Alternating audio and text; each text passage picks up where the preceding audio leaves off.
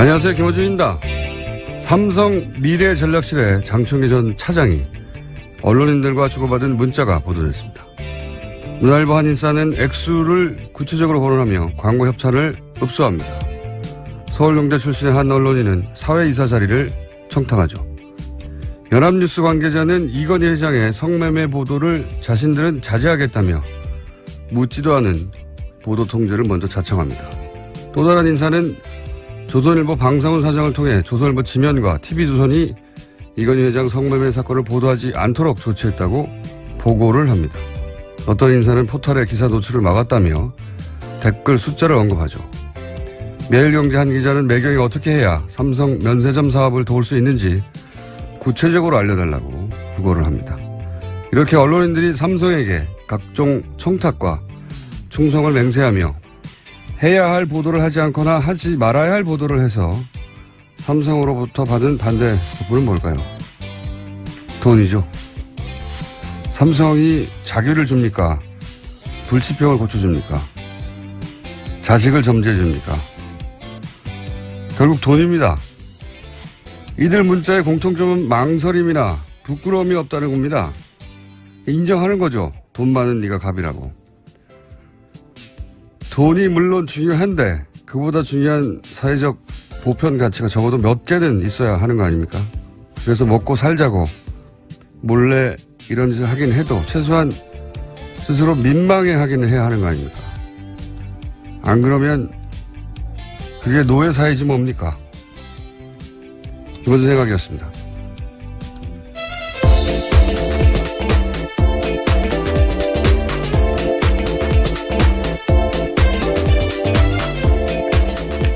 시사인의 김은지입니다. 시사인의 특종이에요. 네, 그 이야기를 하셨어야죠. 지금 하잖아요. 주준희 기자가 주준희 기자가 뜬금없이 이런 특종 잘해요. 예. 특정한 내용이고 구체적 문자를 읽으면 아주 구체적으로 너무 남사스러워가지고. 예, 네. 지난주에 그 내용 읽고 있는데 사실 정말 부끄러웠습니다. 같은 기자란 사실이. 굉장히 민망한데 그 민망한 거를 어떻게 이렇게 보냈는지. 그것도 지금 특검이 이제 관련 수사하다가 예, 장충기 전 차장이라니까 별로 높지 않은 건데 사장이에요. 네, 그렇죠. 미래전략실 실장은 부회장이고요. 전체. 차장은 사장급입니다. 삼성에. 굉장히 높은 거죠. 이분이 이제 그 대관, 그러니까 정부를 상대로 업무를 한 분인데 예, 정보를 모으고 이분한테 이런 보고를 하는 거죠. 다 여기저기서. 기업만 했겠습니까? 아니, 언론만 했겠습니까? 그리고 과거에 안 했겠어요? 예, 최근에 밝혀진 문자들만. 삭제되지 않은 것만 그 정도였으니까요. 네, 구체적인 문자 내용들이 좀 더 있는데요. 언론뿐만 아니고 법원, 검찰, 청와대 뭐 이런 쪽에서 다양하게 정보 보고를 합니다. 예. 국세청 정보도 있고요. 그리고 먼저 보고해요. 묻지 않았는데. 예. 중요한 거는 먼저 보고를 합니다. 예, 청와대가 따로 있었다. 그래서 특검이 그런다잖아요. 예, 대통령이 처음에는 박근혜인 줄 알았다가 최순실 사태 터지고 나서 최순실인 줄 알고. 그런데 이제 예, 삼성 승마 지원 관련해서 찾다 보니까 적어도 이 부분에 있어서는 삼성이 대통령이었구나. 라고 수사를 했던 수사관들이 얘기를 했다고 합니다. 자, 첫 번째 뉴스는요. 네, 국정원 적폐청산 TF 소식부터 전해드리겠습니다. 일명 원세훈 녹취록이 복원되면서요. 국정원의 노골적인 선거 개입 드러나고 있습니다. 네. 국정원이 후보를 뽑고 검증해라 뭐 이런 얘기 있었다. 그렇죠. 네. 지방선거에서 국정원 지부가 후보 검증하고 교통정리해라 이런 내용들이 있었다고 전해드린 바 있는데요. 이와 관련해서 국정원개혁위원회가 적폐청산 TF에다가 삭제에 관한 국정원 직원 명단과 구체적인 범죄 혐의점을 확인해서 보고하라고 지시했다고 합니다. 고발하기에 앞서서 대상과 피의 사실을 특정하기 위해서인데요. 조사 범위는 원세훈 녹취록 38곳 가운데 선거 개입 등의 불법 혐의가 있는 18곳입니다. 이제 국가를 위해서 예를 들어서 뭐 산업 스파이 잡고 뭐 적의 동향을 살피고 그러라고 준 권한 뭐 인력, 돈, 기술 이런 게 있거든요. 그리고 아무도 국정원 건들 수 없죠. 대통령 직속 기관이라. 근데 이걸 특정 정당을 위해 쓴 거 아닙니까? 예. 특정 정당의 뭐 후보를 검증하라느니 이건 정말 악소리가 날 정도로 엄벌에 처해야지 뭐 여기 지시를 한 사람 물론이고 그 지시를 전달하는 중간 간부까지도 모조리 저는 엄벌에 처해야. 그래서 나중에 이런 정치적 지시가 내려가도 거부할 정도의. 네, 반복되어서는 절대 안 될 범죄입니다. 악성 범죄죠. 그 관련된 사람들은 국정을 다 퇴출해야 되고. 예. 박근혜 전 대통령이 국기문란이라는 단어 좋아했었는데요. 진짜 국기문란 사건은 이런 것들이죠. 이런 건 내란이죠, 내란. 예. 네. 국가 내란에 준하는 정도로 처벌하고, 그리고 국정원에서 퇴출하고, 그리고 오비가 되어서도, 예. 그 활동도 국정원 단위에서 계속 감찰해야 된다고 봅니다. 네. 다시는 이런, 저기 언론들은 난 끝장나겠구나 하는 생각 정도의 처벌이 대단히 강하게 있어야 된다고 봅니다. 이런 국정원 같이 특별한 권한을 가진 것이 특정 정당을 위해서 선거 개입을 하기 시작하면 정말 어떻게 합니까? 알아낼 수도 없어요. 지금은 겨우 여기까지 온 거죠. 겨우 여기까지 해서 댓글 몇 명 동원된 날 정도 나온 아이디 나온 건데 정말 겨우 여기까지 온 거거든요. 예. 모조리 찾아내서 엄벌에 쳐야 된다고 봅니다. 엄벌에. 악소리가 나게. 그렇지 않고 예를 들어 대통령이 지시했거나 혹은 뭐 국정원장이 지시했으니까 괜찮다고 넘어가 버리면 또 할 거 아닙니까? 엄벌에 쳐야 된다. 관련 뉴스가 또 있나요?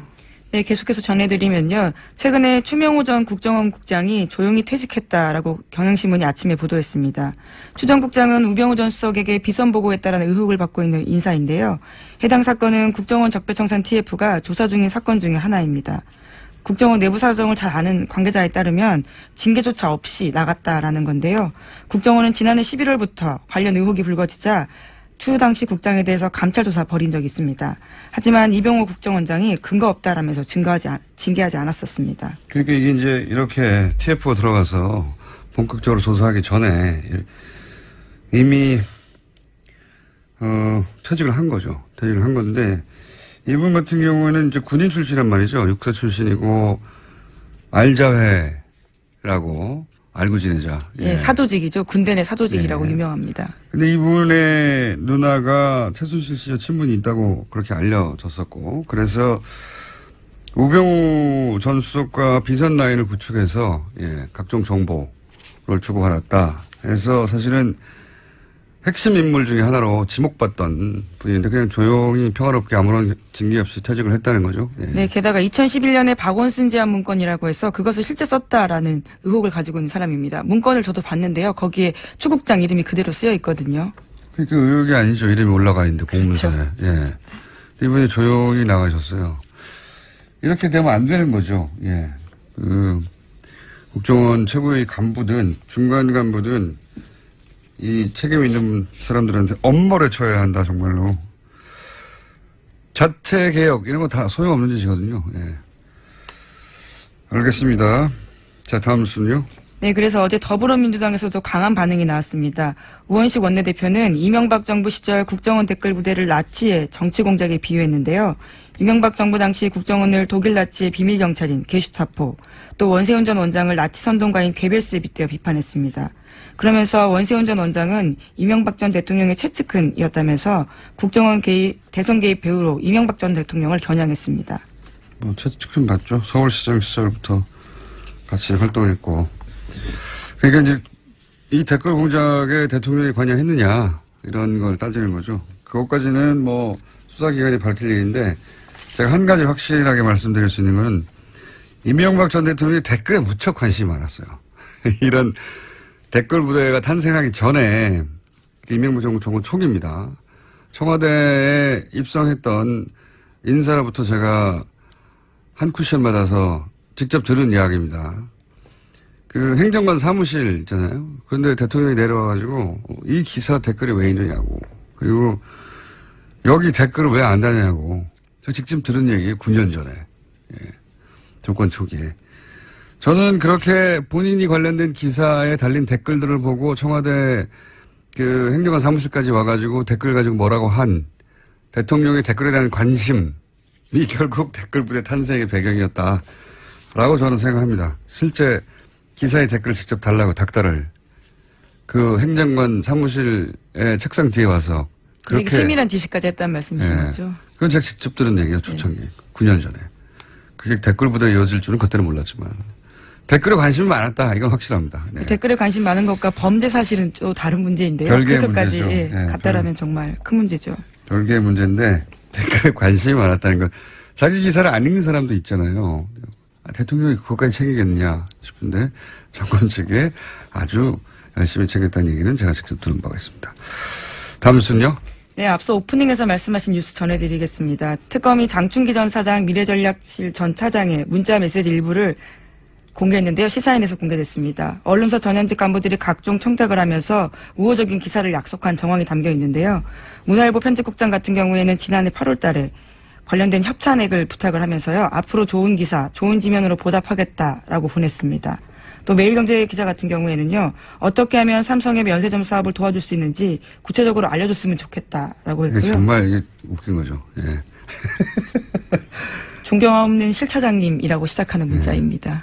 언론사 기사를 쓰고 기업이 항의할 수 있어요. 그럼 거기에 대해서 무마를 시도할 수도 있고. 근데 그게 아니고 어떤 기사를 써야 될지 해당 기업이 알려달라는 거잖아요. 네, 구체적으로 더 알려달라라는 거죠. 네, 재밌습니다. 이렇게 돌아가고 있었습니다. 우리나라가. 다음 주는요?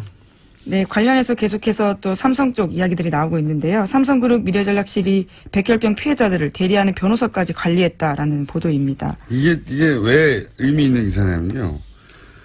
삼성과 싸우는 측의 변호인이에요. 그 변호인을 삼성이 관리했다는 겁니다. 예, 삼성을 대리하는 변호인들에 대해서 잘해주었다. 아무 기사도 아니잖아요. 그게 아니고 삼성의 백혈병 피해자들이 변호인을 고용했어요. 그런데 서로 싸우는 상대잖아요. 근데 그 변호인을 따로 관리하는 겁니다. 예, 그 대리하는 박아무개 변호사에게 고가의 공연 티켓을 여러 차례 보냈다라는 건데요. 장충기 전 차장의 문자 메시지를 보면 해당 박 변호사가 이렇게 문자를 보냅니다. 차장님이 계속 보내주시는 예술의 전당 등 티켓을 잘 받아서 문화생활을 풍성하게 하고 있다. 이렇게 내용을 보냈는데요. 그 문화생활을 풍성하게 하고 있다까지 문자를 할 수 있어요. 예, 보내줬으니까. 네. 뿐만 아니라 사장님이 관심 가져주는 덕분에 삼성 백혈병 옴부즈만 위원회는 예방 대책을 위해 정상적인 경로를 잘 찾아가고 있다. 라면서 자신도 상임 고문의 자리에서 나름의 역할을 하고 있다라고 이야기합니다. 그러니까 이 옴부즈만 위원회라는 게 이제 외부에 독립기구를 두고 삼성 피해자들 위하는 기구거든요. 결국은. 예. 그 기구에 대한 보고도 하는 거죠. 사실은 이런 일을 하면 삼성은 접근하면 안 되는 거죠. 기본적으로. 예. 근데 생각해 보시면 삼성은 변호사들을 참 좋아해요. 예전에 국정원의 기조실장과 장충기 전 차장이 감사원 사무총장 인사를 놓고 그 마음에 안 들다 그 사람 바꿔라 이런 문자 주고받았던 거. 네, 전화 통화했었습니다. 네, 그때는요. 보도한 적이 있는데 예, 저희가 다룬 적이 있는데 그때 결국 그 감사원 사무총장 자리에 앉힌 사람이 삼성을 대리하던 변호사였어요. 예, 이건희 회장 변호사였죠. 이완수 변호사라고요. 사무총장 실제로 됐습니다. 네. 법조인들을 기본적으로 관리를 타이트하게 하는 것 같습니다. 판사 출신도 그렇고 검사 출신도 그렇고 변호사도 그렇고 어쨌든 삼성과 싸우는 곳에 그런 사람들을 대리하는 변호인들도 다 관리한다 이겁니다. 자, 또 있습니까? 네, 뿐만 아니라 장충기 전 차장 문자 메시지 보면요. 대학 총장, 교수, 언론인들이 다양하게 공연 티켓 고맙다라 문자 메시지 보내는데요. 세심한 배려에 감사한다. 수준 높은 공연 관람을 기회줘서 고맙다. 이렇게 문자 보낸다고 합니다. 뿐만 아니라 꽃바구니와 와인 잘 받았다면서 집사람이 아주 감격했다라는 문자 메시지를 보낸 고위 기업도 있었습니다. 뭘 그렇게 감격까지 했겠어요. 그렇게 실제로 문자를 보냈습니다. 문자를 보냈겠지만 그리고 대학 총장도 등장하고 교수도 등장하고 언론도 등장하고 기업인도 등장하고 뭐 어디 총장입니다. 이런 것도 등장하고 문자가 가관입니다. 그러니까 관리하지 않은 영역이 있었나 싶고요. 삼성이 차후에 삼성의 이익과 관련될 가능성이 조금이라도 있으면 다 관리했던 것 같고 그러니까 이 사람 예를 들어서 특정 교수를 막 관리해 두는 이유가 나중에 삼성의 곤욕을 치른다거나 위기에 처할 때 삼성을 변호하거나 기업을 그렇게까지 몰아붙일 건 아니지 않느냐 이런 기사를 쓰게 될 수 있는 거죠. 예. 그래서 관리를 했다. 저한테는 왜 안 보내는지 모르겠어요. 받으실 건가요? 아니, 와인 보내주면 전 잘 먹죠. 그리고 또 이런 기사를 보도록 하겠죠. 근데, 네, 절대 보내주지 않는다는 거. 자, 오늘 중요한 손님 오셨기 때문에 제목만 읽고 넘어가 끝낼 것 같습니다. 네, 오늘 잠시 후에 오늘 다룬 삼성과 관련 아주 관련이 깊은 분이죠. 공정위의 김상조 위원장님이 직접 스튜디오에 출연을 하십니다. 기대가 저는 매우 큽니다. 자, 제목 정도 읽고 끝내겠습니다. 예, 그제 이재용 삼성전자 부회장 결심 공판에서 박영수 특검 직접 왔었는데 그 자리에서 물 뿌리고 포건한 사람들이 있었다고 전해드렸습니다. 그에 대해서 검찰이 정식 수사 착수할 계획이라고 합니다. 특검 때부터 그랬죠. 네, 더 이상 안 참는 거겠고. 또 있습니까? 제목을 읽어야 되는 꼭. 네, 또 문무일 검찰총장이요. 과거 수사 문제를 언급하면서 처음으로 대국민 사과를 했습니다. 그리고요. 네, 또 정유련 문건 수사랑 청와대 함명 의혹 제기됐던 포스코 수사 등을 염두에 두면서 이것들을 하겠다라는 의미로도 보이고요. 또 다른 소식 하나 더 전해드리면 군서열 1인 합참의장에는 정경두 공군 참모총장 내정됐다고 합니다. 그러니까 군 인사청문회 통과하게 되면요. 해군 출신 송영무 국방부 장관, 공군 출신 합참의장이 군을 이끌게 됩니다.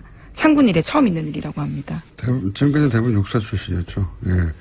뭐 유럽처럼 여성 국방장관은 아니어도 최소한 육사 출신이 아닌 바깥의 눈으로는 봐야 되겠다. 이런 의지인 거죠. 예. 알겠습니다. 여기까지 하겠습니다. 시사인의 김은지였습니다. 감사합니다. 우리 사회 을들이 비명을 지르는 건 공정위가 일을 제대로 안 해서다. 네. 김상조 공정거래위원장 스튜디오에 직접 나오셨습니다. 안녕하십니까? 네, 안녕하십니까? 네, 이렇게 높으신 분께서 직접. 위원장 되시기 전에 공정위원장 혹시라도 되시면 저희 방송에 꼭 먼저 나와달라고 부탁을 저희가 그렇게 신신당부를 했는데도 불구하고 지난주에 MBC를 먼저 출연하셔가지고. 예. 저희 같은 중소방송사를 먼저 챙기셔야 할 공정위원장께서 대형 방송사부터 출연하시면 방송의 공정거래 굉장히 나쁜 시그널을 줍니다. 예, 뭐 제가 요즘은 기업들에게서는 갑일지는 모르지만 또 네. 언론이나 그 국회에 대해서는 또 의리거든요. 그러니까 저도 눈치 봐야 할 때가 많습니다. 대형 방송사부터 출연하면 안 되는 거거든요. MBC 얼마나 큽니까? TV에서 건물 달랑 하나예요. 조그만 거. 그래도 뭐 김어준 총수의 영향력은 뭐 MBC 못지 않다고 생각을 하고 있습니다. 그럼 먼저 오셨어야죠, 여기를. 예, 섭섭합니다. 예, 알겠습니다. 요즘 제가 언론을 보다 보면, 이야, 공정위가 이렇게 힘이 센 곳이었나. 공정위가 뭐 하는지 모르는 사람 진짜 많았어요. 예. 공정위가 뭐 하는 데입니까? 일단 설명해 주십시오. 말 그대로 공정한 시장 경제 질서를 확립하는 것을 조직의 책무로 하고 있는 중요한 기관이고요. 네. 다른 나라에서는 정말로 중요한 역할을 하고 있는. 다른 나라에서는 뭐 담합이라든가 기업들이 벌벌 떠는 조직이 원래 공정위 아닙니까? 그렇습니다. 미국 네. 같은 데서는 공용 기업을 분할 명령을 내리기도 하고. 분할해라. 예. 그러니까 AT&T라고 장거리 전화를 독점하고 있던 회사를 4개로 쪼개는 명령을 법 때문에. 네, 그렇습니다. 그런 역할을 하기도 했었죠. 예. 자본주의 사회인데 예. 스스로 성장한 기업을 니네가 독과점이니까 공정거래 거스리니 분할해라 이런 적이 있었어요? 네, 미국에서 그런 적이 있었습니다. 뭐 그럴 정도로 힘이 세고요. 예. 그게 제대로 작동하는 자본주의네요, 말하자면. 사실 우리나라 공정거래위원회도 선진국의 경쟁당국이 하고 있는 좁은 의미의 경쟁정책에 대해서는 굉장히 열심히 일을 해왔습니다. 좁은 의미라 하면? 그러니까 이제 말 그대로 독점 네. 또는 이제 담합 네. 이제 이런 거를 그러니까 규제하는 역할이고요. 그래서 사실 어제 언론 보도에도 났습니다만은 GCL이라고 이런 세계의 경쟁당국을 평가하는 기관에서 우리나라 공정위를 최우수 경쟁당국으로 평가를 했고요. 아시아에서는 유일한 평가를 받은 기관입니다. 근데 우리나라에서는 공정위가 이렇게 다른 나라에서 보는 것처럼 좁은 의미의 경쟁당국으로서의 역할만을 하는 것이 아니라 우리 사회에서 논란이 되는 것처럼 재벌개혁이나 또는 이제 가불관계를 개혁하는 이제 이런 부분이 공정위에게 추가로 과제로 주어져 있는 것이죠. 그래서 우리나라 국민들은 아마 공정위 하면 다른 나라의 국민들이 생각하고 있는 그런 과제들보다는 재벌개혁과 가불관계 해소 이제 이런 쪽을 먼저 생각할 할 수밖에 없는 상황이었고, 네, 그런 측면에서 그동안 공정위가 국민의 기대에 걸맞는 역할을 하지 못했던 것이 이제 공정위에 대해서 비판이 일부 있었던 원인이라고 할 수가 있겠습니다. 일부 아니고 많이 있었습니다. 제가 지금 현직 공정거래위원장입니다. 그렇게 평가하시면 제가 조직에서 영이 안 섭니다. 예. 아니, 근데 지금 공정위에서 일하시는 분들은 굉장히 뿌듯할 것 같아요. 공정위에 이렇게 주목받은 것도 처음이고, 사실은. 공정위원장 누군지 이름 기억 안 나거든요. 이제는 공정위원장 누군지 다 알고, 그리고 공정위가 하는 일에 대해서 시민들의 박수도 많고, 응원도 많고, 그러니까 힘이 나지 않습니까? 직원들 말씀을 들어보면 한편으로는 이렇게 주목받은 적이 없었으니까 뿌듯하다라는 말씀도 하시고, 그다음 앞으로 더 잘해야 되겠다는 각오를 밝히기도 하는데, 한편으로는 또 제가 과거에 이제 공정위가 국민의 기대에 맞는 역할을 하지 못했다라고 비판하면서 내부 혁신을 하자라고 얘기할 때는 또 나름 그러니까 좀 무섭기도 하고. 예, 그런 양면의 어떤 감정을 느끼고 있는 것 같습니다. 아니, 근데 공정위원들은 그 위원장님을 뭐랄까요. 상대하기 굉장히 쉬울 것 같은 게 오늘, 저희는 이제 위원장님이니까. 네. 적어도 수행원 몇 명과 함께 대리 운전을 해서 오실 줄 알았더니 혼자 운전을 해가지고 지하 4층에 혼자 어슬렁거리는 걸 저희 작가들이 뛰어내려서 주워왔어요. 그렇게 표현하시면 안 되고요. 그리고 그 유명한 가방 있지 않습니까? 예. 가방 들고 다 떨어진 거. 그 바꾸시지도 못하죠, 이제. 예, 사실 바꾸고 제 천원 바꾸든지 아니면 이제 좀 칠을 새로 하든지 이렇게 하라고 자꾸 이제. 왜냐면 가방 오니까. 예. 위원장님보다 가방을 먼저 찍어요, 사람들이. 네. 밖에서. 예. 작가들이 자기들 찍고 막 들고. 예. 유명한 아이템 됐습니다. 근데 하여튼 저의 상징처럼 됐기 때문에 제가 공정거래위원장을 하는 한은 못 바꿀 것 같습니다. 예. 저희가 뜯어버릴까요? 새로 바꾸시게. 네. 그리고, 말을 조용조용 이렇게 점잖게 서늘하게 하는 분은 또 처음이에요. 예. 원래 그렇게 했는데요. 웃으면서. 예. 웃으면서 너 죽을래? 이러시는 거잖아요. 그렇지 않습니다. 또 한편으로는 요즘 김상조가 너무 말랑말랑해졌다는 얘기도 많이 듣고 있죠. 예. 그건 아마도 말랑말랑해졌다기보다는 맨 처음에 재벌개혁을 시도할 줄 알았더니 예. 그거는 시간을 좀 준다고 하고 예. 프랜차이즈부터 시작하셨잖아요, 사실상. 예. 그래서 이건 역시 재벌은 어려운 건가? 말랑말랑한 건가 생각하시는 것 같은데 그 이유를 좀 설명해 주세요. 왜 프랜차이즈부터 첫 번째 공정위의 프로젝트가 된 건지. 사실은 굉장히 어려운 문제고 개혁의 전략과도 관련된 것인데요. 크게 보면 두 가지 접근 방법이 있을 수가 있습니다.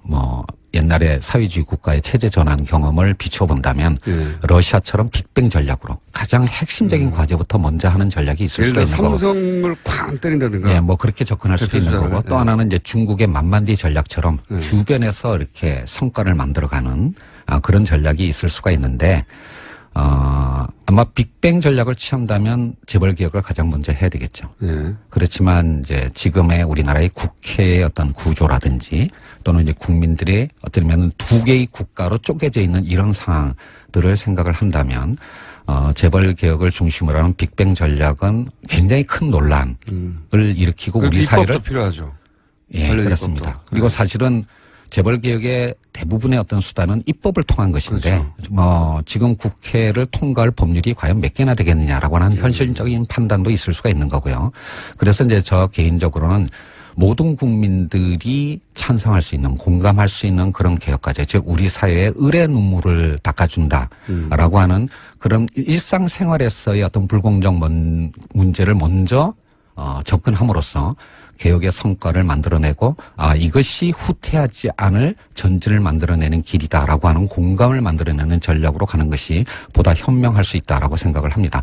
그런 의미에서 본다면 제가 좀 더 신중한 전략을 택한 것이지 개혁의 의지가 후퇴한 것은 아니라고 말씀드릴 수가 있겠습니다.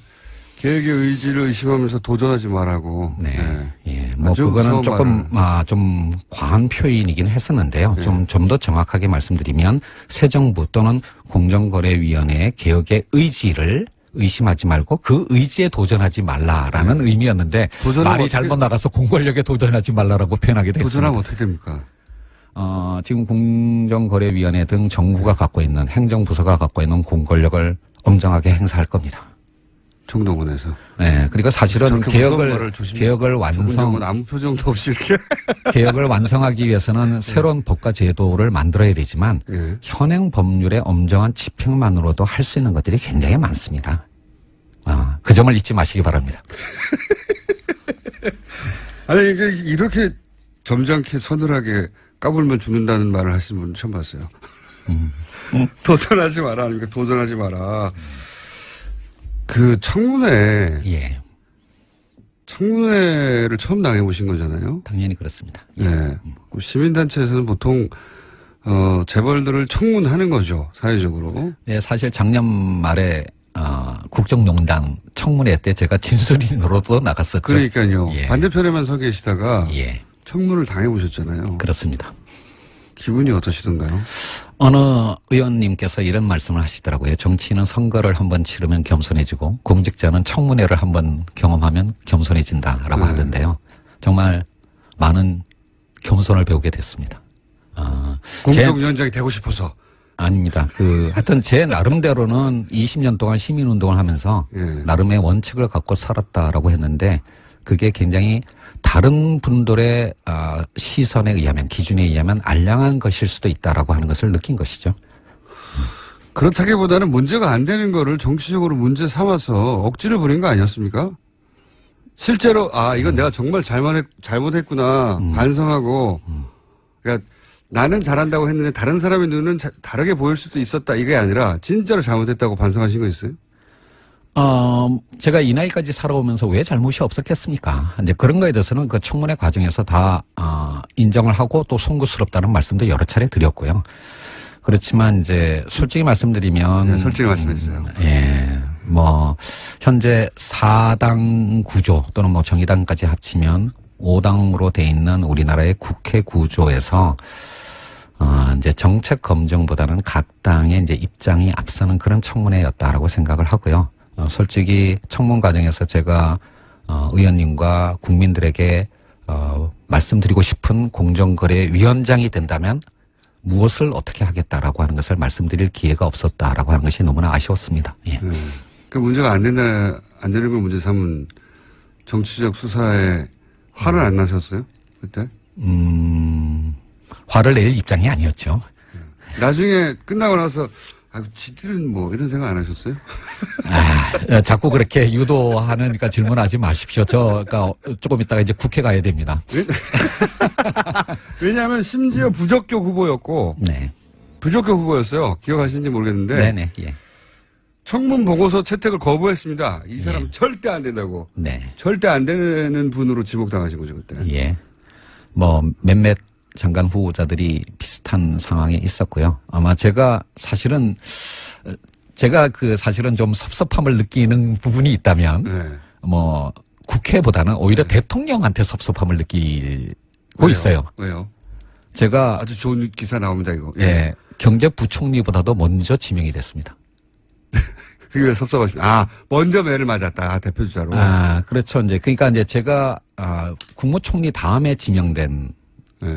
장관 후보자였습니다. 이런 거죠. 김상조 정도면 청문회 가서 맞을 게 없다. 대표 주자로 가서 대표로 매를 맞대. 김상조 위원장 정도는 쉽게 통과하겠지 하면서 대표 선수로 내보낸 거죠. 검증 과정에서 사실은 몇 가지가 제가 인정한 것도 있었고요. 사실은. 그런데 이제 대통령께서는 새 정부의 개혁의 상징으로서 아마 공정거래위원장으로 저를 이제 지명하신 것 같은데. 왜 섭섭하십니까, 그게? 이제 그러다 보니까 집중 포화를 받게 된 것이죠. 그러니까요. 쌤통이네요. 정말로 저도 사실은 지명을 받고 난 다음에 갑자기 이제 연락을 받았는데요. 이거 경제부총리보다도 먼저 지명돼도 되나 이제 이런 어떤 우려를 했고요. 그리고 그 우려가 현실이 됐던 겁니다. 그런 의미였겠죠. 이게 말씀하셨듯이 공정하지 않다는 우리 사회가 기본적으로. 예. 공정거래위원장이 직접 되시고 나니까 시민단체 장일대하고 이 시장을 보거나 혹은 공정거래를 보는 시각 혹은 정보의 차이가 있습니까? 내가 이걸 잘 몰랐었구나라든가. 그런 건 아니에요. 사실은 제가 20년 동안 시민단체 활동을 하면서 가장 많이 들여다본 정부 부서가 공정위와 금융위였습니다. 그래서 그럼 다음에 금융위원장 하실 겁니까? 그런 말씀하지 마시고요. 근데 이제 따라서 뭐 제가 아주 디테일한 어떤 내용까지는 아니라고 하더라도 공정위가 하는 중요한 업무들에 대해서는 사실은 대부분은 알고 있었고요. 그리고 실제로 그것의 역사, 20년의 역사도 대부분 알고 있었기 때문에 이거는 나도 몰랐다라고 하는 그런 거는 그렇게 많지는 않았습니다. 그래서 지금까지는 적어도 좀 익숙한 어떤 일을 하고 있다라는 느낌을 갖고 있고요.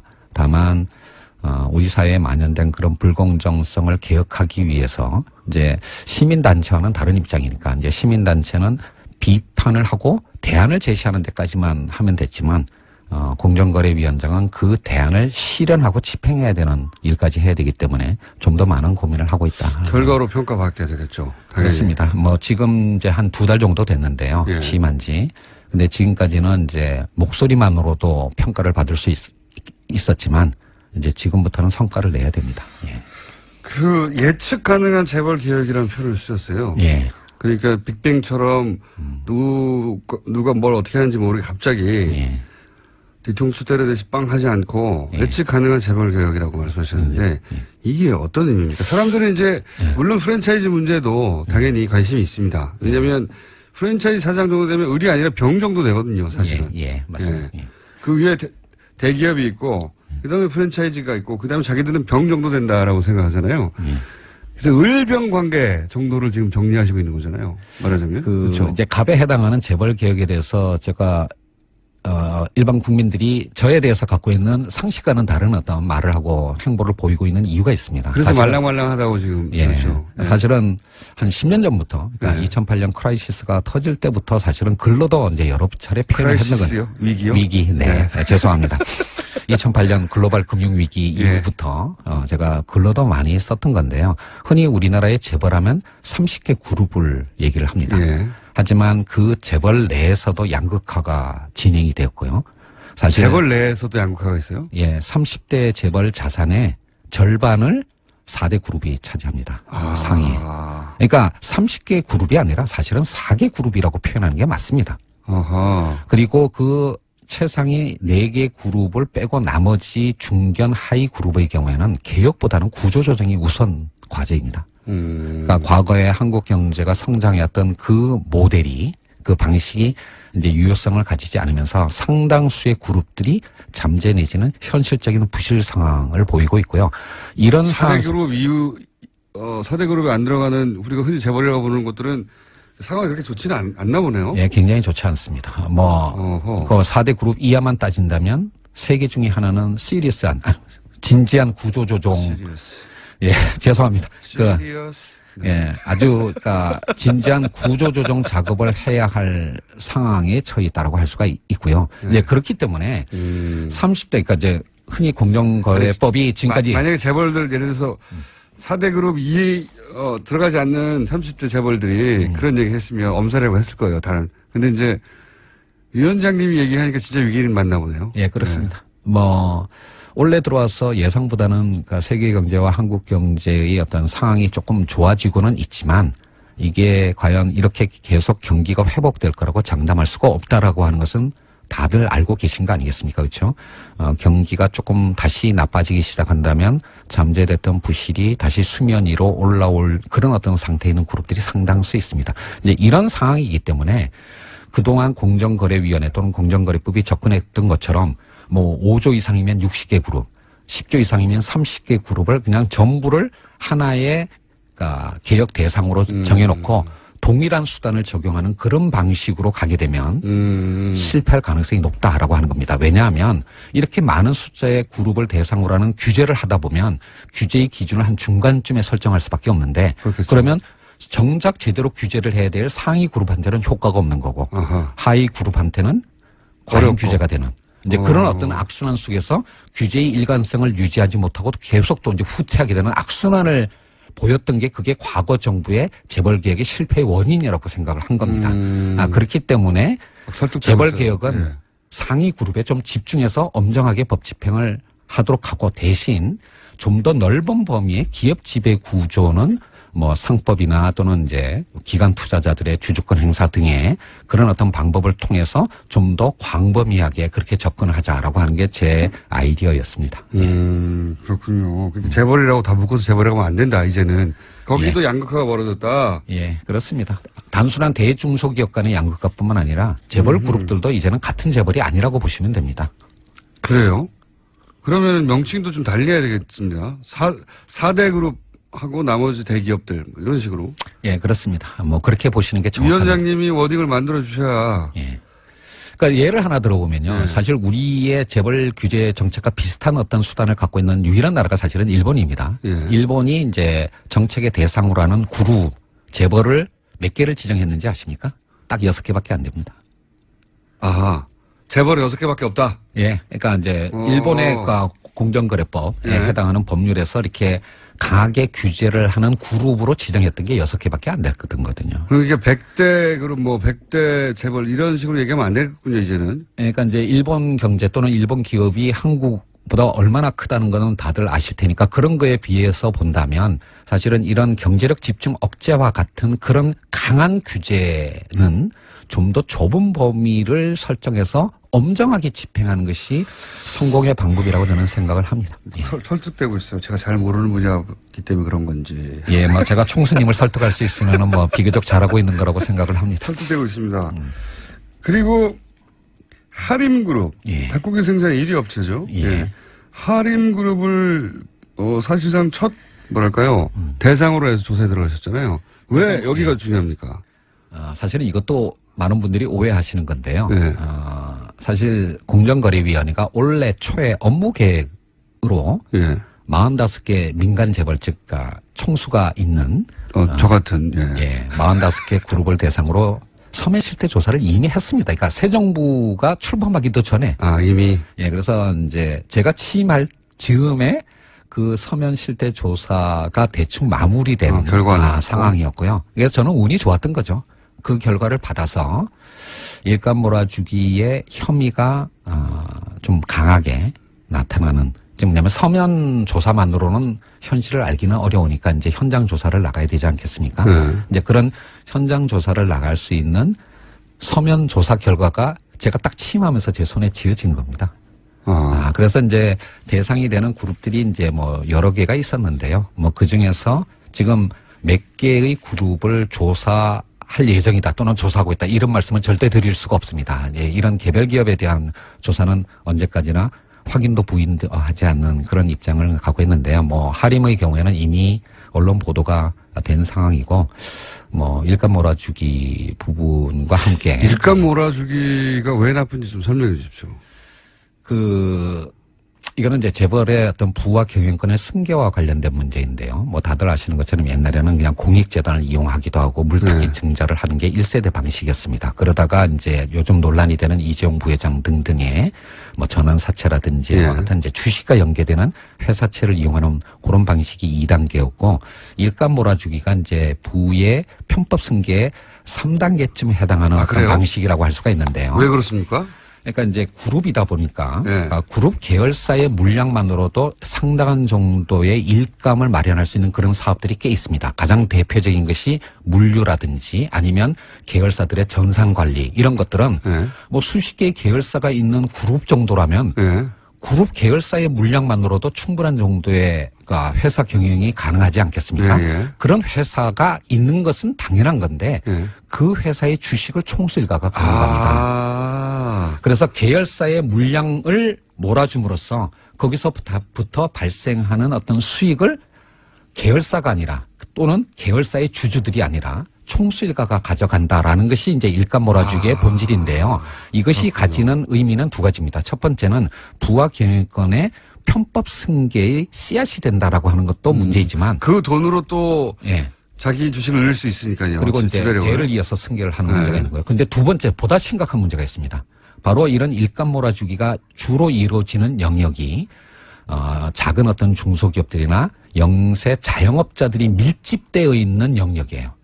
그게 어떤 의미죠? 그러니까 골목 상권 문제, 그러니까 대형마트 또는 물류 또는 그러니까 건물 관리 또는 이제 그 전산 관리. 근데 이런 쪽이 사실은 중소기업들이나 자영업자들이 해야 할 영역인데 여기에 이제 총수일가가 주식을 갖고 있는 회사가 뚝 들어가 버리면 아하. 거기가 완전히 생태계가 황폐해지는 겁니다. 예를 들면 아하. 한때 뭐 90년대까지만 하더라도 우리나라 대학의 전산학과가 공대에서는 가장 인기 학과였습니다. 예, 지금은 예. 가장 인기가 없는 학과가 됐습니다. 왜냐하면 전산학과를 졸업해봐야 재벌 계열사의 하청업체의 직원밖에 비정규직 직원밖에 안 된다는 걸 이미 알게 된 것이죠. 이런 식으로 했기 때문에 인터넷 강국인 한국이 제대로 된 전산관리 회사가 하나도 존재하지 않게 된 것입니다. 다 구멍가게 역할밖에 안 되니까요. 아, 이렇게 쉽게 설명하시지.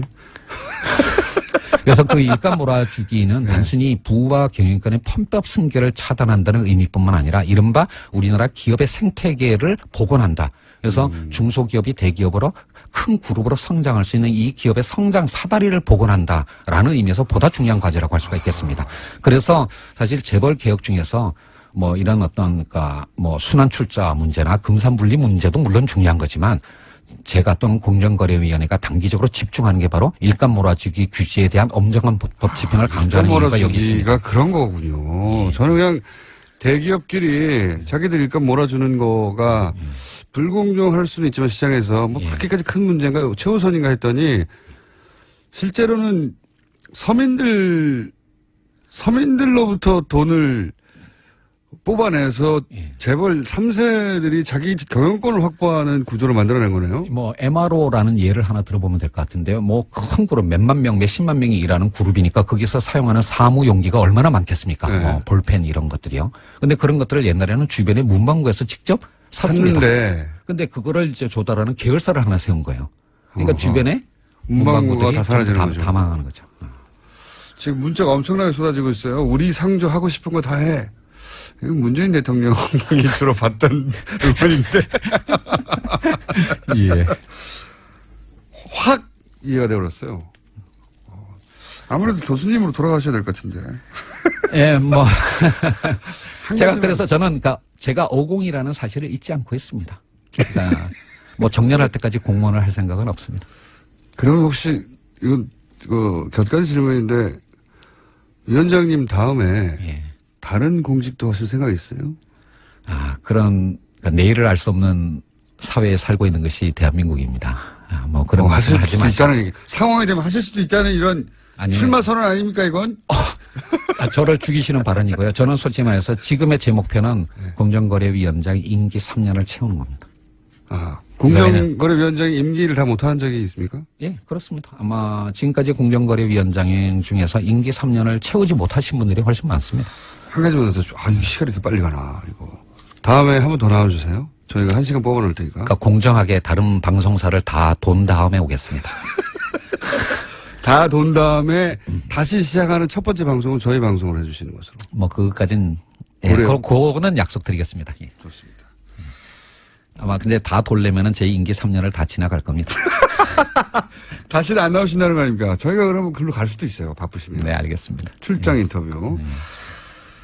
이번에 마지막 질문인데요. 사실 더 할 게 많은데 시간이 없어요. 이걸 바로 질문 드려야겠네요. 2분 내에 답변해 주십시오. 네.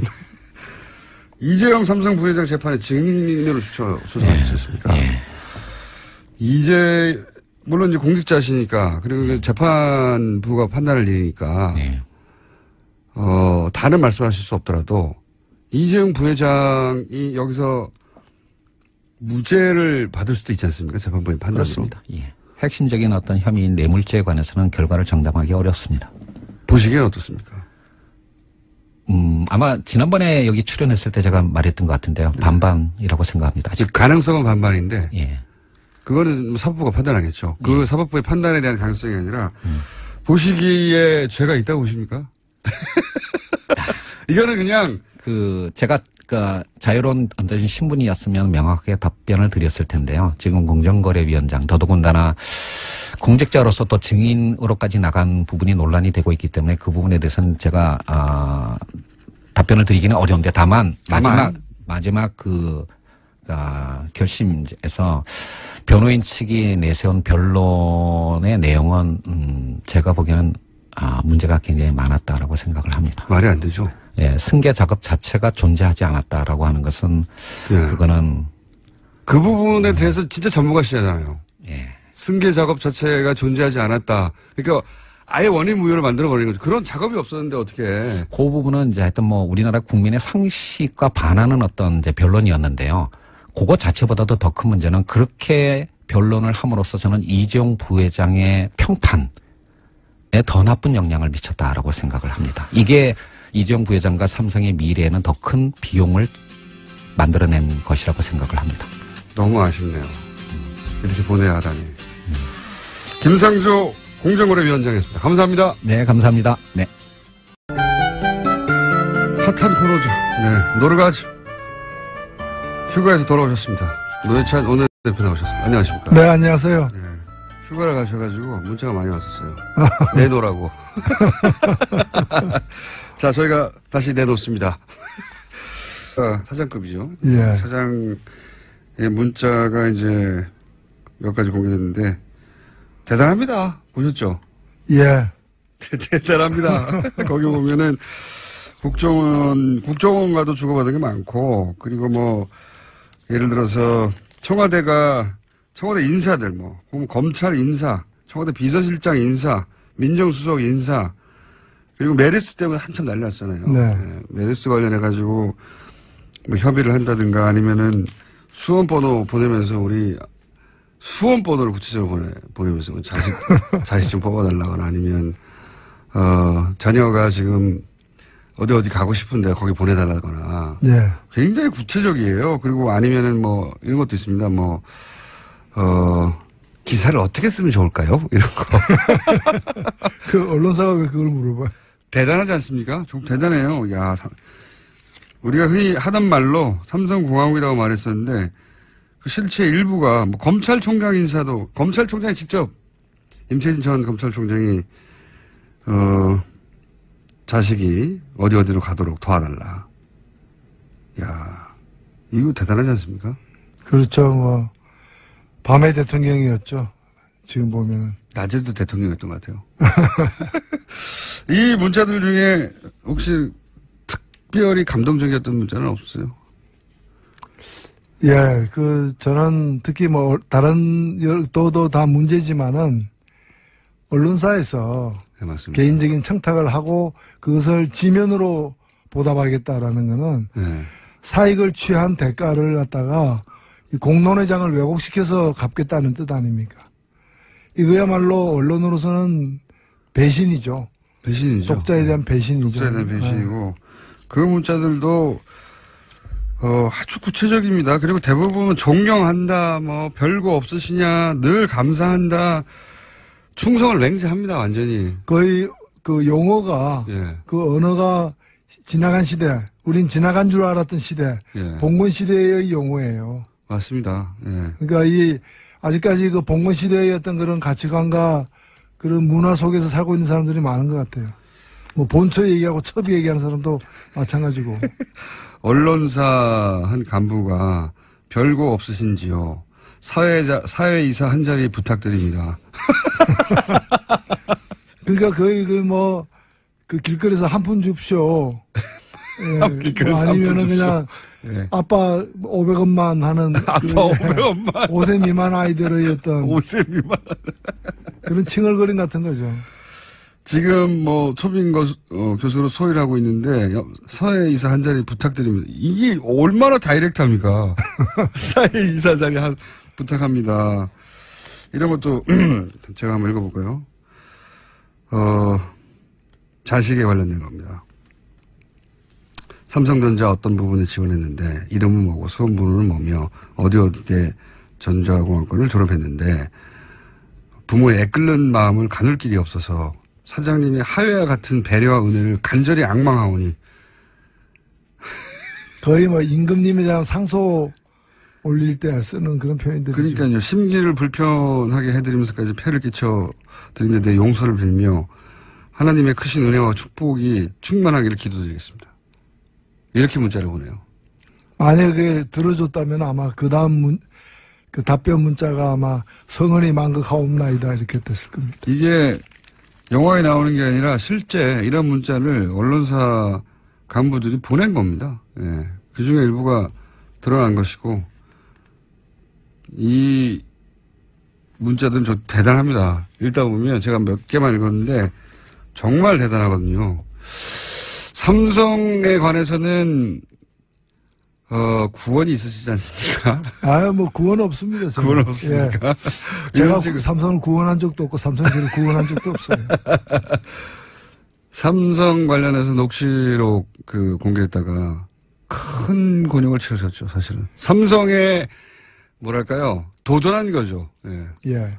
삼성에 직접 도전한 국회의원으로 국회의원 자리를 잃으셨죠. 예.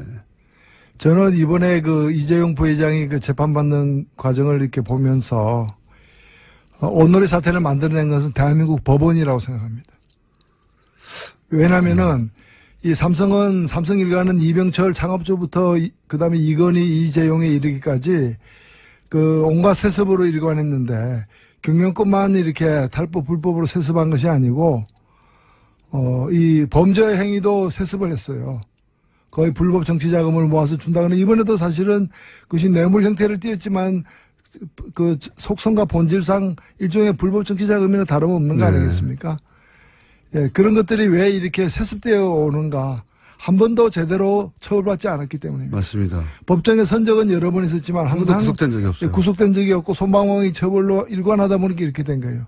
역설적으로 표현하자면 이건희 회장이 구속되었었다면 예. 그 아들은 구속되는 일이 없었을 거예요. 이렇게 하면 안 되는구나 알았겠죠. 알았기 때문에. 이병철 구속되었으면 이건희 구속되는 일이 없었던 것처럼 그러니까 오늘의 이재용이 이렇게 재판받고 12년씩 되는 구형을 받는 이 상황은 한 번도 법원이 제대로 엄격하게 처벌하지 못했던 것이고 그 충성하는 신하들. 예. 지금 이 문자 받은 사람들이 왜 문자 받았느냐. 그 사람들은 별 볼 일 없는 사람이 미전실 차장이 뭡니까? 그러나 다른 데서 볼 때는 그 내용을 아는 사람들은 그룹 부회장이거든. 그 사람이야말로. 그렇죠. 2인자란 말이죠. 예. 2인자, 3인자들이니까 그렇게 저런 목불일견에 눈으로 눈 뜨고 못 볼 그런 어떤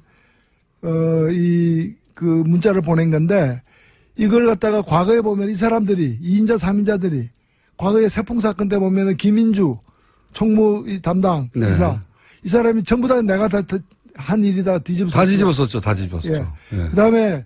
그다음에 삼성 비자금 때 예. 이학수 삼성 부회장이 다 내가 있다. 아니 네 돈 아니지 않냐. 그래 맞다. 이건희 회장 개인 돈인데 개인 돈을 내가 끄집어내 100억 이상 끄집어내가지고 불법 정치 자금을 썼다. 이게 말이 됩니까? 말도 안 되죠. 사실 그렇게 따지면 예전 거슬러 올라와서 소위 이제 승계 작업의 첫 번째였던 에버랜드 사장들은 처벌을 받았거든요. 당시 똑같은 논리였어요. 에버랜드가 했던 게 결국은 회사를 아들로부터 자식에게 물려주는 건데 그걸 아버지 몰래 했다는 거 아닙니까 그때? 그러니까 이건희 회장의 재산을 이건희 회장도 몰래 아들한테 줬다는 거였거든요. 그러니까 그때 보면 계열사 사장들도 처벌받는데 예. 여기는 그냥 이학수만 처벌받는. 그러니까 지금 이게 희한한 일종의 순장인데 순장이라는 게 주인이 죽으면은 다 묻어버리잖아요. 예. 살아있는 신하까지. 근데 살아있는 신하만 묻고 주인은 빼버리는 거야. 순장이죠. 주인 빼고 순종. 주인 빠진 순장.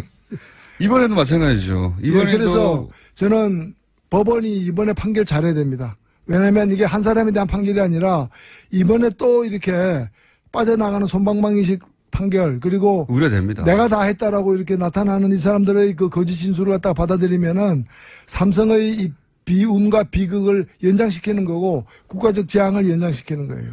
삼성에서는 그렇게 생각하겠죠. 일단 넘어가고 다음은 또 다음에 막으면 된다. 그렇게 생각하겠죠. 그래서 삼성 불패의 신화를 깨는 것. 네. 저는 적폐 청산 중에 가장 핵심은 이거라고 생각해요. 잠깐 다른 얘기 해주잖아요. 목소리가 지금 예사롭지 않은데 혹시 휴가 가서 나이트 라이프를 세게 즐기신 거 아닙니까? 노래방을 너무 많이 가신다든가. 네. 노래방. 제가 휴가를 예. 사실 어디 가려고 비행기, 호텔, 렌트카까지 다 예약을 했는데 예. 제 아내와 오래간만에 한번 가려고. 제가 아내와 휴가 간 게 작년이 처음이거든요. 남해에 국회의원 되신 이후에 처음이라는 겁니까? 부부가 같이 휴가 간 거. 그게 평생 처음이시라고요? 평생 처음은 아니고 국회의원 된 이후에 처음이죠. 네. 처음인데 작년에 그냥 1박하고 호출당해가지고 그냥 휴가 끝내고 불려왔어요. 예. 이번에는 제대로 가려고 했는데 생각을 바꿨어요. 어떻게 해요? 우리 가지 말고 가서 뭐 뻔한 건데 예. 좀 뭐 음식 맛있는 거 찾아서 먹으러 다니고 경치 좋은 데 구경하고 그다음에 쉬는 건데 예. 그렇게 뭐 썩 끌리지도 않고 멀리 가지 말고. 멀리 가지 말고 그냥 집에서 예. 그냥 굶자. 그게 뭡니까? 굶자는. 집에서 맛있는 거 시켜 먹자도 아니고 굶자는 뭡니까? 근데 집에서 안 움직이고 예. 맛있는 것만 많이 먹으면 몸에 안 좋으니까 한번 예. 정향 휴가를 보내자. 디톡스를 하자, 몸을.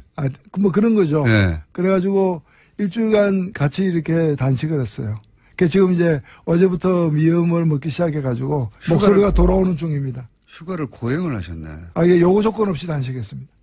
아니, 그러면, 아니, 그러면 부인이 그거 동의하던가요? 흔쾌히 동의를 해서 제천 이상한 부부예요.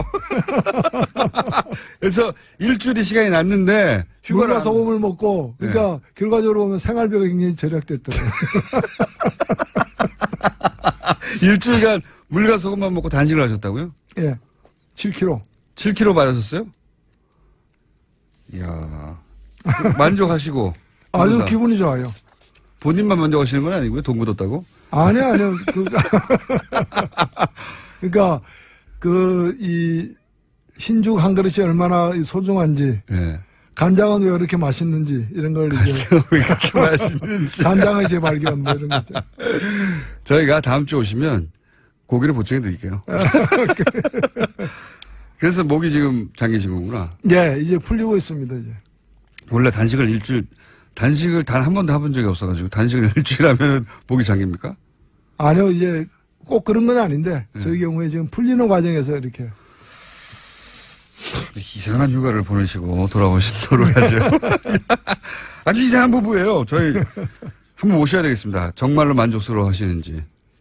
그래요? 자, 삼성 이야기 또 중요한데 안 계시는 동안 또 안철수 전 대표의 당권 도전이라고 하는 굉장히 드문 사건이 하나 벌어졌습니다. 굉장히 드문 사건이에요. 이렇게 대선 끝나고 채 3개월이 되기 전에 대선 후보가 이런 반대를 무릅쓰고 다시 출마하는 건 굉장히 이례적이거든요. 홍준표 대표 같은 경우에는 원했어요. 일부에서 나오라고 네. 굳이. 그 케이스하고 완전히 다른 당의 대부분의 인사들이 반대하는데도 나왔습니다. 이거 어떻게 보십니까? 왜 나왔을까요? 글쎄요, 근데 피선거권이 있고 참정권이 있으니까. 할 수 있죠. 나올 수 자격은 있는 것이고 또 당원과 국민이 판단할 문제인 것인데. 결과적으로는 그렇습니다.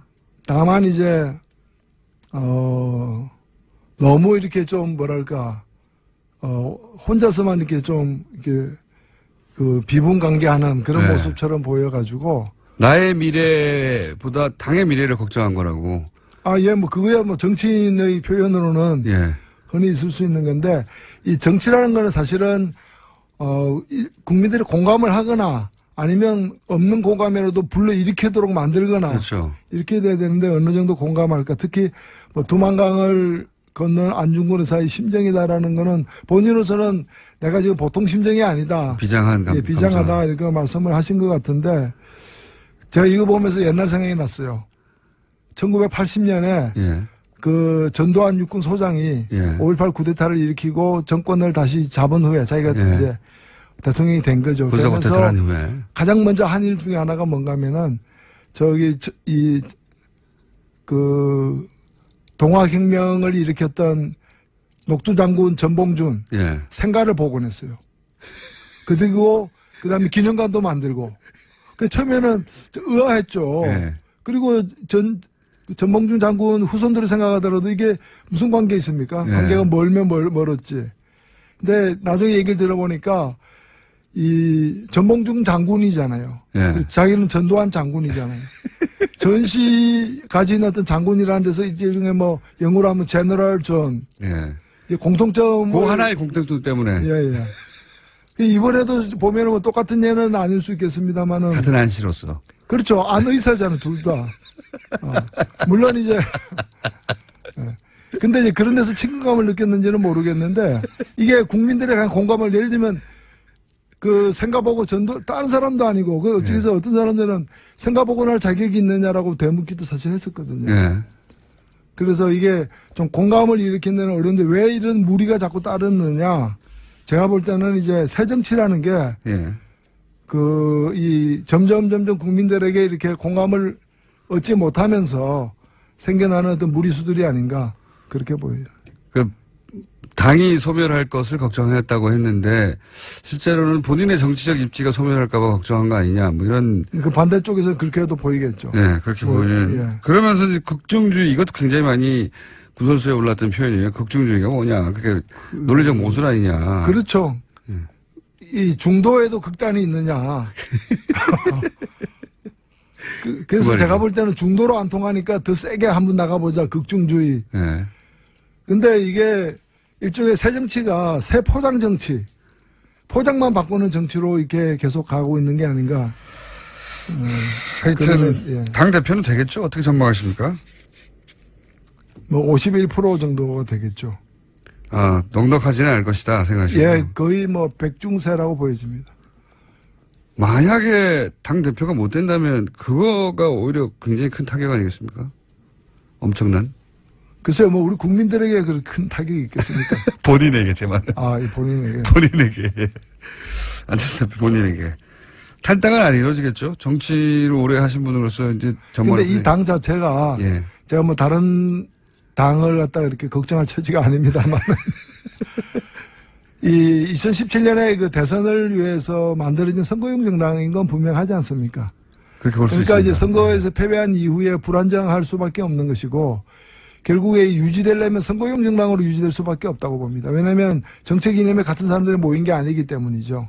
그래서 안철수 후보를 다시 세우는 것으로 합의가 이루어진다면 유지될 것이고 그렇지 않다면은 아마 분리될 수밖에 없는 게 아닌가. 다만 그 분리되는 시간의 문제인 것이고 그리고 빠르게 분리되지는 않을 걸로 보이지만은 그런 어떤 이게 일종의 그 민주당에서 파생되어 온 정당이고 또 대선이라는 일회용 목적을 위해서 이제 만들어진 포말 정당이거든요. 포말 예. 그래서 파생 정당, 포말 정당의 이 귀결이라는 것은 예. 우리가 뭐 한국 정치사에서는 굉장히 이런 사례가 사실은 많습니다.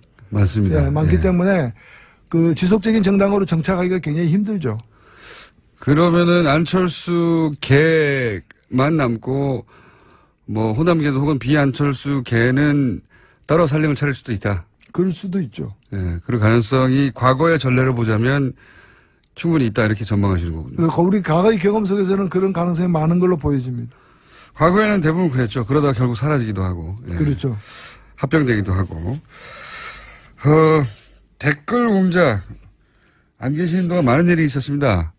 댓글 공작에서도 뭐 3,500명이다. 정확하게는 3,500 아이디라고 해요. 30개 팀이다. 그러니까 국정원이 직접 개입했고 돈을 썼고 그 규모는 지금 밝혀진 건 빙산일각에 불과하다는 주장도 있긴 하지만 어쨌든 확인된 건 처음이잖아요. 예.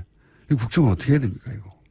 국정원한테 오랫동안 당해 오신 분으로서 예, 이번에야말로 이 국내 정치에 일체 개입할 수 없는 그런 이제 조직적 이제 황골탈퇴를 만들어내야 된다고 보고 저는 지금 국정원 이 개혁 발전위원회가 일단은 1차로 적폐청산을 우선하고 동시에 국정원이 다시는 이런 일이 다시는 할 수 없도록 재발 방지를 시스템화하는 작업까지는 해내야 된다고 봅니다. 그렇긴 한데 이거 있지 않습니까? 왜? 이제 지시를 한 사람이나 혹은 뭐 중간 간부 정도는 분명히 처벌될 텐데 뭐 수위가 문제지. 실제 실행한 사람들 있지 않습니까? 네. 그 사람들은 어떻게 해야 됩니까? 저는 그런 뭐 주동하지 않고 예. 그걸 주도하거나 주동적으로 나서지 않고 뭐 한 달에 300만 원 줄 테니까 이거 해라라는 식으로 해가지고 가담한 사람들 같은 경우에는 그 이제 민간인들 말고 제 말은 국정원 직원들 중에도 직접 저는 직원들 중에도 마찬가지로 거기서 그걸 거역하게 될 경우에는 바로 보복당하거나 이렇게 자기 생계 수단 자체를 잃게 되는 경우들이 대부분일 것이기 때문에 예. 하급 직원들 같은 경우에는 그러니까 지휘권 없는 예. 하급 직원들 같은 경우에는 좀 사면을 전제로 이 작업을 해야 된다고 저는 봅니다. 사실 국정원이 뭐 아까 뭐 직원 아닌 사람들까지 그도 많이 연루되긴 했는데 과거에 그 중앙정보부 시절에 예. 한창 우리나라 군사 독재가 이제 극성을 떨었을 경우에는 때는 국정원 망원 있죠.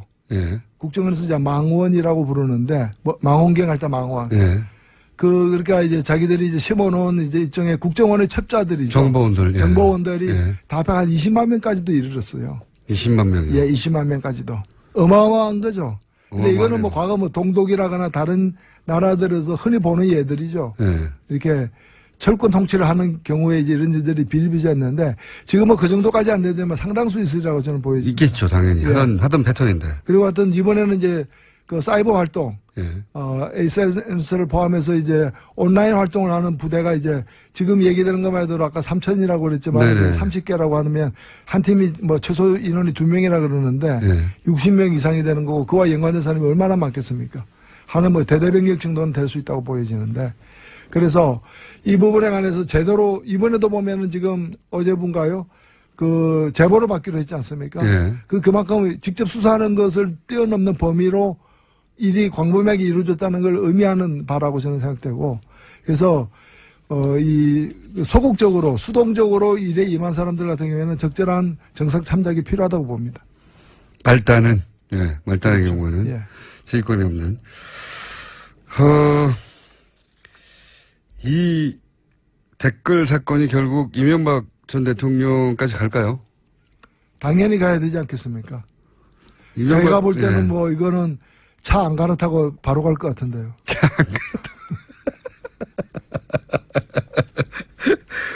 아니, 그러니까 이게 이제 정치 공세다. 대통령이 뭐 댓글 다는 걸 알았겠냐. 이렇게 주장하는 사람들도 있지 않습니까? 당연히 근데 이걸 대통령 모르게 처음부터 끝까지 대통령 모르게 지시 없이 이루어진 일이라면은 MB 대통령 이명박 대통령은 무관한 걸로 되겠죠. 그러나 보고를 받았다거나 사후에라도 이걸 보고 저는 보고 안 됐을 리가 없다고 생각됩니다. 국정원이 대통령 직속기관이고 본인의 최측근이 원세훈 당시 국정원장이었고 그 시절에 벌어진 일인데. 그리고 심리 전단으로 운영되고 있던 일을 갖다가 이것도 다시 승격해가지고 심리 정보국으로다가 이런도 만들어서 거쳐했고. 그러면 이 일 자체가 그 국장 이 일의 책임자가 제가 볼 때는 위에 차장이나 여러 사람들이 있지만은 아마도 원세훈 원장에게 직보했을 거고 원세훈 원장은 다시 이 독대 관계에 있는 정기 부정기적으로 독대 관계에 있는 대통령에게 보고를 했을 것이 분명하다고 보여집니다. 그게 이제 통상적인 추정이죠. 예, 대통령의 직속기관이 인 국정원이 국정원장이 대통령한테 보고하지 않고 이렇게 큰일을 벌였겠는가, 또는 국정원이 국정원장에게 보고하지 않고 이 큰일을 벌였겠는가. 아니 원세훈 원장이 무슨 성인도 아니고 왼손에 하는 일을 오른손 모르게 할 리도 없는 것이고 오히려 자랑하고 싶었겠죠. 왼손이 하는 일을 오른손을 모르게 했을 리가 없다. 이건 어떻습니까? 홍준표 대표가 요즘 뭐 여론재판이라고 여론몰이로 그 국군 대장을 몰아내고 또 이재용 삼성 부회장에 대해서도 여론재판이라고 여론을 몰아서 이렇게 국정을 운영해 간다, 혹은 뭐 반대 진영을 쳐내고 있다, 이렇게 이제 홍준표 대표가 나오고 있거든요. 그 뭐 여론 얘기하는 걸 보면 이제 여론이 나쁘다는 건 알고 있구나. 그거는 분명히 시인하고 있거나 이렇게 생각이 되고요. 그 다음에 저는 박찬주 그 육군 대장 같은 경우, 네. 그러면 박찬주 부부가 한 일을 홍준표 대표는 잘했다고 생각하는 것인지 예스냐 노냐, 네. 이걸 국민에게 밝혀야 됩니다. 그 다음에 또 하나 정말 말씀드리고 싶은 건 뭔가면은 네. 지금 국정원 같은 경우에 그 적폐청산 TF를 두고 과거를 갖다가 스스로 이렇게 성찰하는 과정에서 파헤치지 않습니까? 네. 저는 자유한국당 혁신위원회가 진정으로 혁신을 하려면 혁신위원회 산하에 자유한국당 적폐청산위원 그 TF를 만들어 가지고 이런 이제 국정원 댓글 사건이라거나 여러 가지 국정농단 사건 뭐 이런 사건 과정에서 새누리당 과거에 새누리당이 어떤 일을 했는지를 또 조사를 해야 된다고. 스스로 조사해야 된다. 스스로 조사해서 밝혀야지 이걸 오히려 옹호하고 은폐하는 일에 나선다는 것 자체가 그거는 혁신을 하지 않는 거죠. 말로는 이제 혁신위원회, 혁신이 뭡니까? 피부를 벗기듯이 가죽을 벗기는 정도의 각오, 그러니까 소위 말하는 뼈를 깎는 각오로다가 임한다는데 지금 뼈를 깎고 있습니까? 살도 안 도려내고 있어요. 뭐 때도 안 밀고 있어요. 제가 볼 때는. 때도 안 밀고 있어.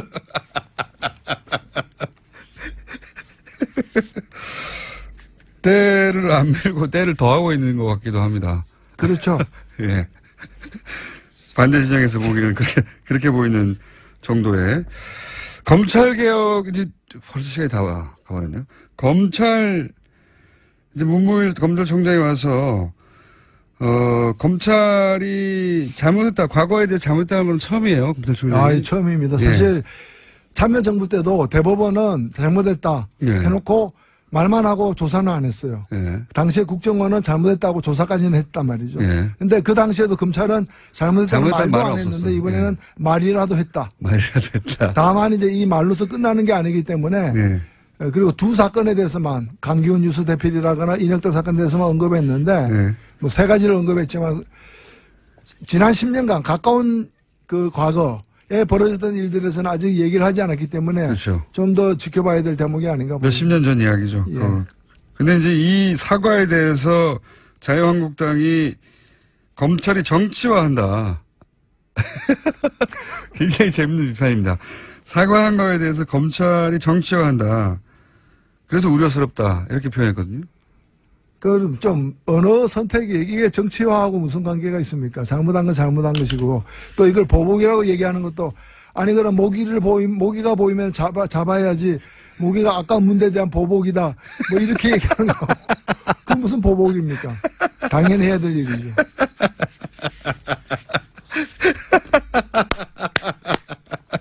모기가 문제 모기한테 좀 미안한 감이 생기네. 자, 순식간에 또 시간이 지나가 버렸습니다. 노를 가시면 한 5분 하는 것 같아요. 하다 보면 20분이 지났는데 저희 코너 제일 긴 게 20분 정도 하는 거거든요. 아, 그렇습니까? 예, 20분이 순식간에 지나가 버렸는데 혹시 한 주 건너뛰고 오신 김에 정의당에 최근 이런 일이 있으니 정의당 이런 일을 좀 관심 가져달라 이런 거 없으십니까? 간만에 나오신 김에 정의당 자랑 좀 하시고 가시죠. 혹은 호소, 읍소 내지는 뭐. 아, 예. 아니 뭐 정의당은 뭐 남산에서 소나무처럼 변함없이 예, 열심히 활동을 하고 새 있습니다. 대표 체제 잘 굴러가고 있습니까? 아, 예, 뭐 잘 굴러가고 있습니다. 새 대표도 그렇고 또 대변인도 새로 또 이렇게 예. 우리 최석 대변이라고 이 젊은 또 남성이죠. 그래서 우리 또 추혜선 의원과 더불어서 이렇게 대변인으로서도 역할을 또 많이 하고 있는데 한 가지 제가 당부드리고 싶은 건 뭔가 하면은 가장 큰 격려는 사실은 지지입니다. 아직 그렇죠. 선거는 아니지만 그래서 예. 투표하는 건 아니지만은 저희들 지지율을 조금만 더 높여주십시오. 조금만 좀 높여주셔가지고 저 적폐 정당들보다는 예. 좀 앞서야 되지 않겠습니까? 그래서 좀 더 많은 지지를 부탁드려 저희들이 그에 부응하도록 할 수 있도록 예. 또 저희들이야말로 좀 뼈도 깎으면서 깎으실 뼈도 잘 없지 않습니까? 예? 아직은 많습니다. 저희들 통뼈입니다. 통뼈입니다. 자, 노회찬 원내대표가 돌아왔습니다. 예, 살까지 빼시고 일주일간 물과 소금만으로 연명하시다가 다음 주부터 이제 계속 나오십니다. 오늘 반가웠습니다. 지금까지 정의당의 노회찬 원내대표였습니다. 감사합니다. 네, 감사합니다. 불친절한 AS. 오늘은 김상조 공정위원장 출연으로 문자가 아주 쏟아졌습니다. 네. 갓상조라고 부르는군요. 갓상조. 예. 은혜롭고 감동적이었다는 문자가 많았고요. 목소리마저 공정하시네요. 맨날 공장장에 새는 바람만 듣다가. 인정! 네. 카랑카랑 조근조근 서늘한 바람 들으니 너무 상쾌합니다. 어준이 형, 이건 1시간 뽑았어야죠. 그러고 싶었는데, 너무 바쁘신 분이라 바로 이어서 또 일정이 있다고 해가지고 못 뽑았습니다. 우리 상조 가지 마요. 임기 3년 너무 짧아요. 예. 30년 해주세요. 그리고 오늘도 투톱. 예. 김상조 노회찬 투톱이다 보니까 서버가 다운됐습니다, 오늘. 너무 많은 분이 한꺼번에 접속하셔가지고. 제가 이런 일이 있을 때마다 항상 말씀드리지 않습니까? 차근차근 접속하시라고. 한꺼번에 몰리면 어떡하냐고. 예. 다 여러분들 잘못이고요. 다운된 것은. 김상조 위원장의 인기가 좋은 줄 알았지만 이렇게 좋은 줄 몰랐습니다. 네. 엄청난 문자들. 많이 왔네요. 갓상조. 귀에 쏙쏙 들어온다. 여기까지 하겠습니다. 자, 오늘 그러고 보니 인기 코너들이 연속입니다. 시사와 과학, 그리고 개그까지 욕심내다가 최근에 약간 망하고 있는 원정우 씨 나오셨습니다. 안녕하세요. 원정우입니다. 네. 월식 갔다 오셨어요? 그거보다도요. 네. 제 앞에 김상조, 노회찬 두 분을 배치한 건 저를 보고 알아서 그만두라는 얘기인가요, 이제? 좀 해보라는 거죠, 잘. 네. 노회찬 대표님은 매주 나오신다고요? 노회찬 대표님 매주 나오시고. 네. 네. 수요일로 바꿨습니다. 예. 수요일로 바꿔서 앞으로 항상 바로 앞에 네. 빵빵 터지고 들어가십니다. 알겠습니다. 네, 지난주에. 한번 웃겨보시죠. 웃길 생각 없습니다. 과학적인 부분만 아주 차분하고 조곤조곤하게 얘기를 드리겠습니다. 지난주에 알려드린 월식 있었어요. 네, 기억나시는지 모르겠지만. 네. 8일 새벽에 많은 분들이 보셨다고 사진을 찍어서 저한테 보내주셨어요. 핸드폰으로. 예. 저도 그 시간에 깨 있었는데 저는 귀찮아서 안 나갔고요. 실컷 설명해놓고. 더운데 무슨 고생입니까? 많은 분들이 사진을 보내주셔서 저는 사진으로 잘 봤습니다. 예. 근데 밤에 나가면 이제 월식도 있고 별도 있고 사실 우리나라 여름이 별 보기 좋지는 않습니다. 맞아요. 습기도 많고. 네. 근데 공기도 맑지 않고 요새. 공기도 맑지 않고. 네. 근데 잘 보이는 데 가면 육안으로 원래 6,000개 가까이 보여야 되고요. 네. 그럼 이제 징그러울 정도로 꽉 찬 하늘을 볼 수가 있죠.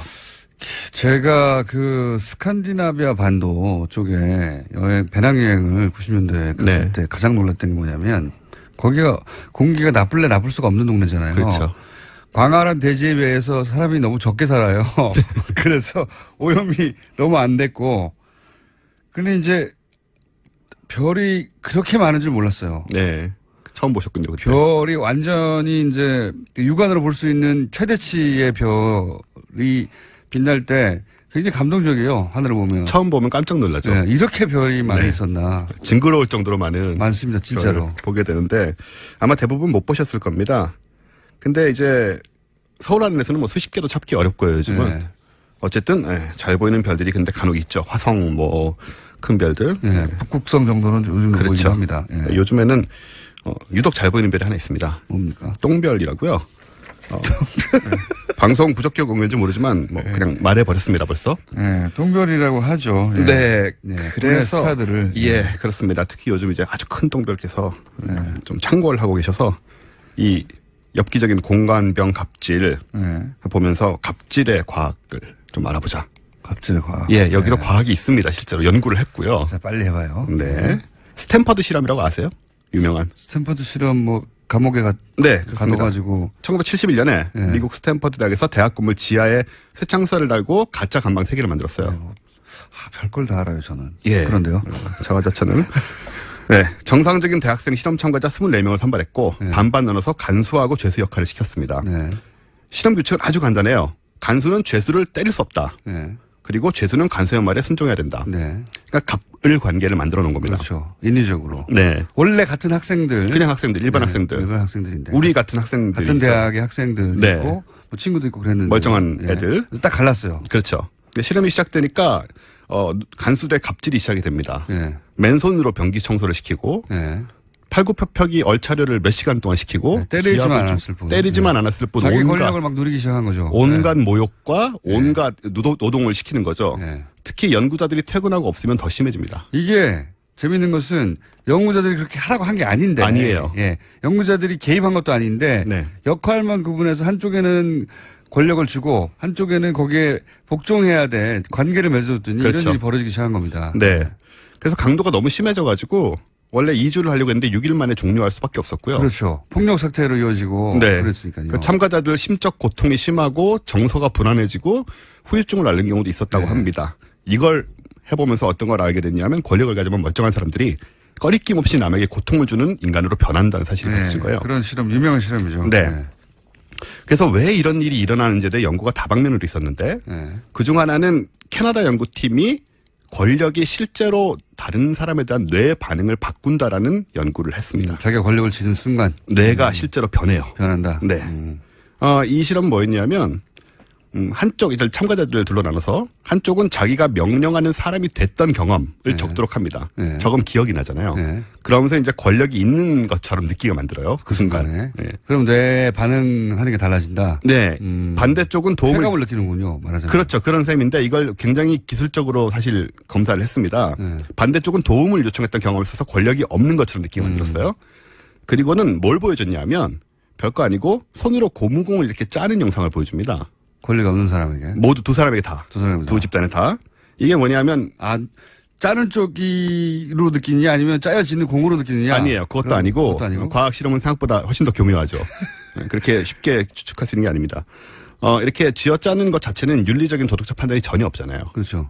여기서 뭘 보냐면 뇌의 그 거울 신경이라는 게 있어요. 네. 그러니까 저걸 짜면서 실제로 저 짜는 모습을 남이 짜는 거지만 네. 내가 짜는 것처럼 어느 정도 뇌에서 공명을 합니다. 네, 그러니까 운동 공명이라고 해요. 네. 그걸 fMRI로 측정할 수가 있습니다. 공명의 속도와 양과 이런 거를. 이건 기계적으로 일어나는 거니까. 그렇죠. 자기 의지하고 상관없어요. 네, 본인이 윤리적인 판단 같은 데서 이건 아니지 뭐 이렇게 생각을 못 하는 거예요. 아예. 이걸 이제 그러면서 이제 활성화되는 뉴런 같은 걸 보게 되는데 권력을 그러니까 쥐고 있는 쪽은 권력이 있는 쪽은 늦어요. 반응이 이 반응조차도. 공을 짜는 것에 대한 반응이 늦고 약합니다. 감정이입을 잘 못하게 되는 거구나. 그렇죠. 공감이 안 되는 거예요. 이미 그 쓴 거 몇 개로. 글 쓴 거 몇 개만으로도 네. 실제 권력이 있는 게 아니라 과거에 자기가 힘이 있을 때를 기억하면 몇 개 써라고 해놓고 쥐어짰는데 그 쥐어짰을 때 예를 들어서 공이 아프겠구나라고 생각할 수도 있다. 어떤 사람은. 여러 가지로 생각할 수 있죠. 여러 감정이 있을 수 있는데 그 감정 자체가 잘 안 일어난다. 전체 감정이 늦게 일어난다. 안 일어난다. 약한 사람들은 권력이 없는 경험을 썼던 사람들은 강하게 일어납니다. 선거만 되면 맛이 간다는 얘기를 하거든요. 전문가들은 그거하고 맥이 닿는 건데 사람이 바뀌는 거거든요. 사람이 실제로 바뀌는 거예요. 네. 그래서 이제 이 연구가 2013년도에 미국 심리학회지에 발표가 됐어요. 그래서 증명이 반면에 부탁하던 사람은 빨리 느끼고. 그게 중간 사실 아무 것도 쓰지 않은 대조군도 있었어요. 이 사람들은 평균이고 확실히 차이가 납니다. 확실하게 차이 나는군요. 네.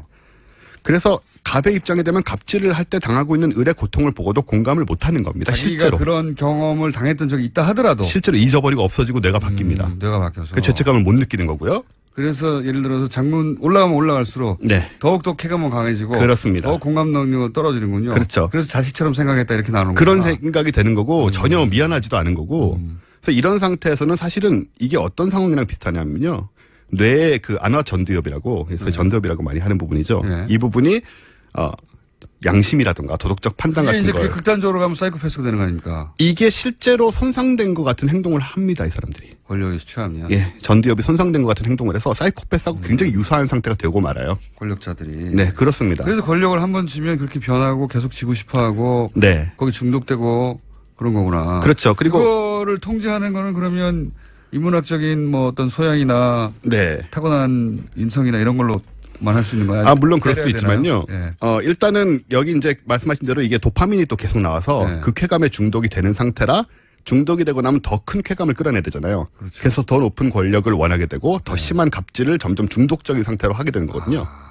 내성이 생기기 때문에. 뇌과학의 관점에서는 그렇다. 네, 정말 그렇고 그리고 말씀하신 대로 이제 이런 걸 우리가 심리적 문제로 풀 수 있느냐. 물론 할 수 있겠죠. 열심히 하면 또 본인이 열심히 노력을 하면. 그런 사람도 있긴 있어요. 있죠, 간혹 가다가. 안 변하는 사람들도 있어요. 있습니다. 김상조 위원장은 안 변할 것 같아요. 계속 시켜야 되겠어요. 30년. 그래서 이게 일종의 그 뇌 신경학적인 장애 상태인 거예요. 그래서 놀랍게도 약물로 어느 정도 치료가 가능합니다. 이 사실입니다, 과학적인. 그게 그 정신과적인 차원에서 굉장히 놀라운 것은 웬만한 정신과적인 문제는 약물로 요즘 치료가 된다고 하더라고요. 상담 필요 없고요. 약 먹는 게 최선인데 이거 같은 경우는 이제 도파민 분비 부분을 채워주는 다른 약을 먹음으로써 갑질의 유혹을 줄여줄 수 있습니다, 실제로. 그러면 갑질 대장들한테는 다 약을 강제로. 뇌손상 환자로 여기고 손을 떼게 한 다음에 이제 약을 먹이는 것이 굉장히 중요하죠. 그러니까 이게 고문이 아니라 치료를. 당연히. 법제화해야 된다는 생각도 좀 들고요. 이건 어떻습니까? 뭐 예를 들자면 군에서 별을 하나씩 더 달 때마다 복용을 강제로 하는 거예요. 그 옛날에 무슨 사병들 성욕 억제제 먹였다는 식으로 별사탕처럼. 네. 제가 그거 국방장관한테 한번 물어본 적 있어요. 한 10여 년 전에. 아, 네. 진짜냐 그랬더니 아니라고 그러더라고요. 네. 자기도 궁금했는데 아니라고. 이제 장군들한테 건빵을 드리고 그 안에 건빵에 약성분을 함유해가지고 건강을 위해서. 네. 본인의 내 건강을 정신 건강, 사회 건강. 내가 망가진다는 거 아닙니까? 네. 네.